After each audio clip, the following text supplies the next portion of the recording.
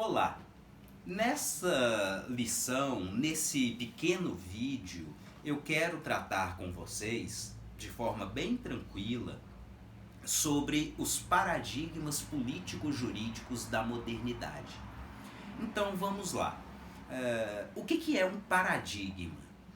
No contexto da nossa conversa, da nossa reflexão, um paradigma seria um pano de fundo amplamente compartilhado.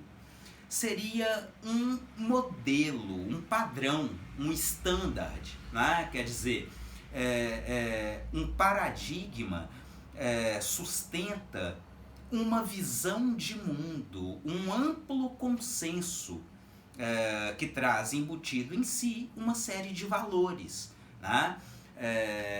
Quando a gente fala, e isso é o nosso recorte inicial, né, desde a primeira aula eu venho apontando isso para vocês, porque estamos num momento bastante introdutório, em que tudo é muito novo, seria ambicioso, seria até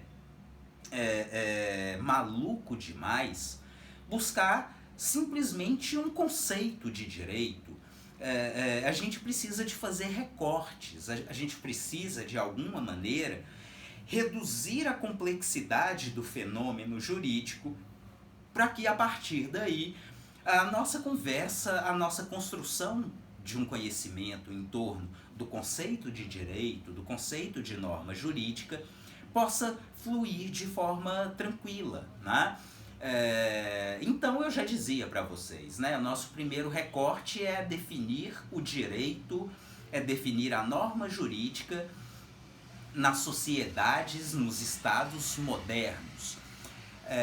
E esse recurso, essa ferramenta analítica dos paradigmas da modernidade, a gente usa exatamente porque a própria modernidade é ampla demais, né? O recorte básico para a modernidade político-jurídica nos remete às revoluções político-jurídicas de fins do século XVIII.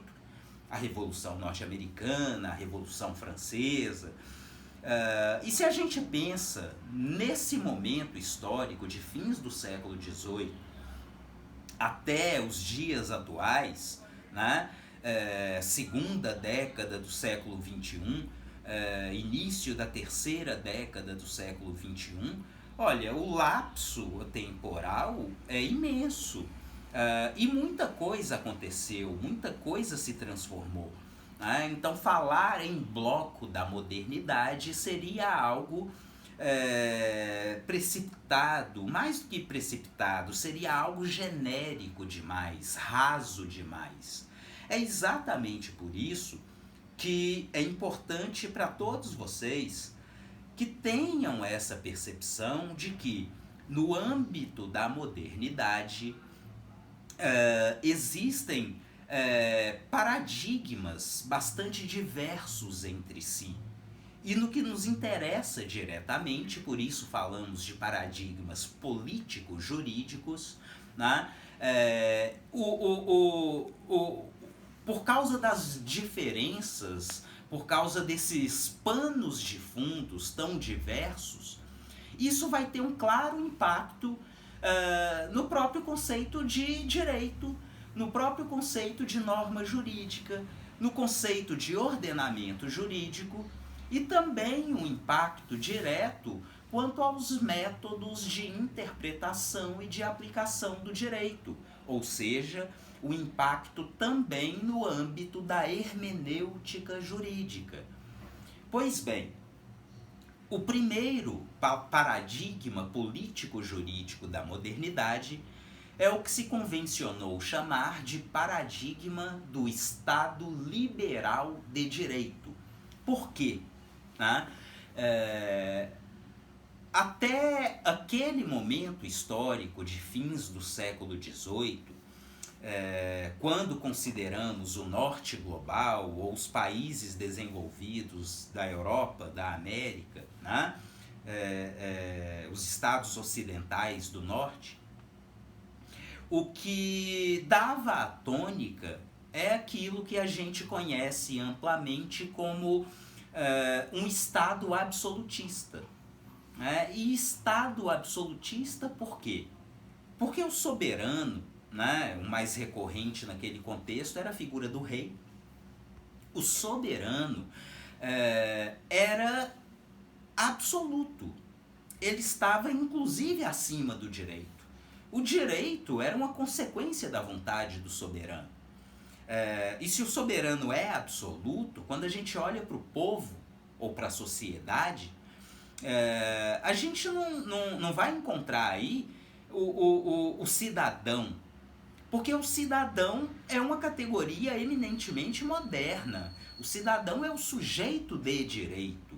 Esse cidadão, esse sujeito de direito, tem no direito uma garantia contra eventuais possíveis arbitrariedades, tiranias do soberano.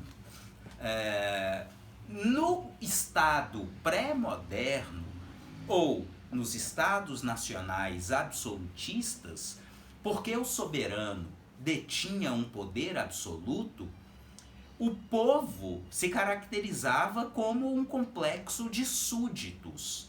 E a própria palavra é bastante sugestiva. Um súdito é aquele que está submetido, completamente subordinado, subordinado aos humores do soberano. Né? Então esse é o problema do Estado e do direito pré-modernos. Né? O súdito não tem qualquer garantia. O direito, ele é maleável, ele decorre do humor do soberano. Né? E isso não oferece garantia, isso não oferece segurança jurídica nenhuma para a sociedade. Quando a gente pensa na Revolução Norte-Americana e simbolicamente fica ainda melhor na Revolução Francesa, é exatamente por isso que há a Revolução. Porque as pessoas já não aceitam ser súditos. As pessoas querem ser reconhecidas como sujeitos de direito, como cidadãos. O soberano, enquanto detentor do poder, tem que ter limites com esse poder, com esse exercício do poder. E agora, no Estado moderno, mesmo o soberano, né, não está acima do direito. A ideia é sensacional.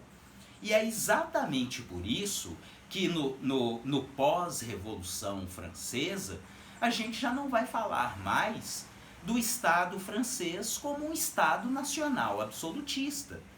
A gente vai falar de um Estado constitucional de direito, de um Estado de direito. Quer dizer que todos estão submetidos ao direito. Quer dizer que, apesar de um ou alguns deterem o poder político, deterem o poder de produção, interpretação e aplicação do direito, eles não detêm todo o poder. Né? O sujeito de direito, não mais o súdito, o cidadão, né, é aquele que tem direitos garantidos pelo próprio Estado e pode recorrer ao Estado no caso de lesão ou de ameaça de lesão a um direito subjetivo. Então isso faz toda a diferença. E nesse primeiro momento, exatamente por causa do trauma, né, dessa herança absolutista, o desenho que se encontra e que se torna um amplo consenso é o desenho de um Estado liberal de direito. Tá? No âmbito da teoria política, clássicos, né, da ciência política, como John Locke, por exemplo, né, são até hoje amplamente conhecidos como pensadores liberais, que seriam liberais exatamente porque afirmam o tempo inteiro que o Estado não pode interferir na esfera da liberdade individual, né? No campo da economia, a economia política liberal, né, encampada por Adam Smith, por David Ricardo, que sustentam nas suas reflexões no campo da economia política que o Estado não pode interferir na economia. Daí, né, a mão invisível do mercado, um mercado que se autorregula a partir da oferta, da demanda, etc. Pensadores liberais, né? A filosofia utilitarista do Jeremy Bentham, né, um outro pensador definitivo, importantíssimo para a consolidação do paradigma do Estado liberal de direito, e que vai dizer, né, exatamente, que vai defender a codificação do direito, porque segundo Bentham, um pensador liberal utilitarista, a partir do momento em que o direito está codificado, há uma ampla garantia de que o Estado não vai interferir na vida privada do indivíduo, do sujeito de direito ou do cidadão, né? O direito codificado, segundo Bentham, é a melhor maneira de se garantir o maior bem, o maior prazer, a maior felicidade de uma sociedade. Então é um pensamento rigorosamente liberal, né? E é muito interessante, é especialmente interessante para nós que estudamos direito, né, considerarmos a teoria ou a ciência do direito que se projeta e se afirma como hegemônica nesse momento. Eu estou fazendo menção à doutrina ou à teoria do positivismo jurídico. No primeiro momento, pensando na França de princípios do século XIX, então, né, pouco mais de uma década depois da Revolução Francesa, a gente vai ter notícias da escola da exegese. A escola da exegese, né, enquanto escola, é uma corrente de pensamento, é um perfil doutrinário, científico, teórico, que sustenta que o direito é o que está contido nos códigos. Há um impacto direto, né, da filosofia utilitarista do Jeremy Bentham na escola da exegese. E o que a escola da exegese quer quando insiste em afirmar que o direito é o que está contido nos códigos é exatamente assegurar a liberdade no âmbito da vida privada, a autonomia do sujeito privado, né? Um outro elemento, né, que eu ainda não fiz menção, mas que é determinante para a estabilização do paradigma político-jurídico do Estado liberal de direito, é a hegemonia do ideário burguês, né? Os países mais desenvolvidos da Europa desse momento são sociedades industrializadas, são sociedades em que a classe social burguesa, né, quer dizer, daqueles indivíduos proprietários, é a classe hegemônica. E exatamente por isso vão ter, né, amplas condições de fazer com que os seus valores, a sua visão de mundo, repercuta como universal. Então, de uma forma um tanto superficial, né, pressupondo que terão acesso, né, às lições das disciplinas Teoria do Estado, Ciência Política, né, e outras como Teoria da Constituição, para o que me interessa enquanto pressuposto dessa lição sobre teoria da norma jurídica, é importante ter essa percepção do paradigma do Estado liberal de direito. Né? A grande chave, o grande pano de fundo compartilhado no paradigma do Estado liberal de direito é o princípio da autonomia da vontade, que eu exploro na sequência com vocês.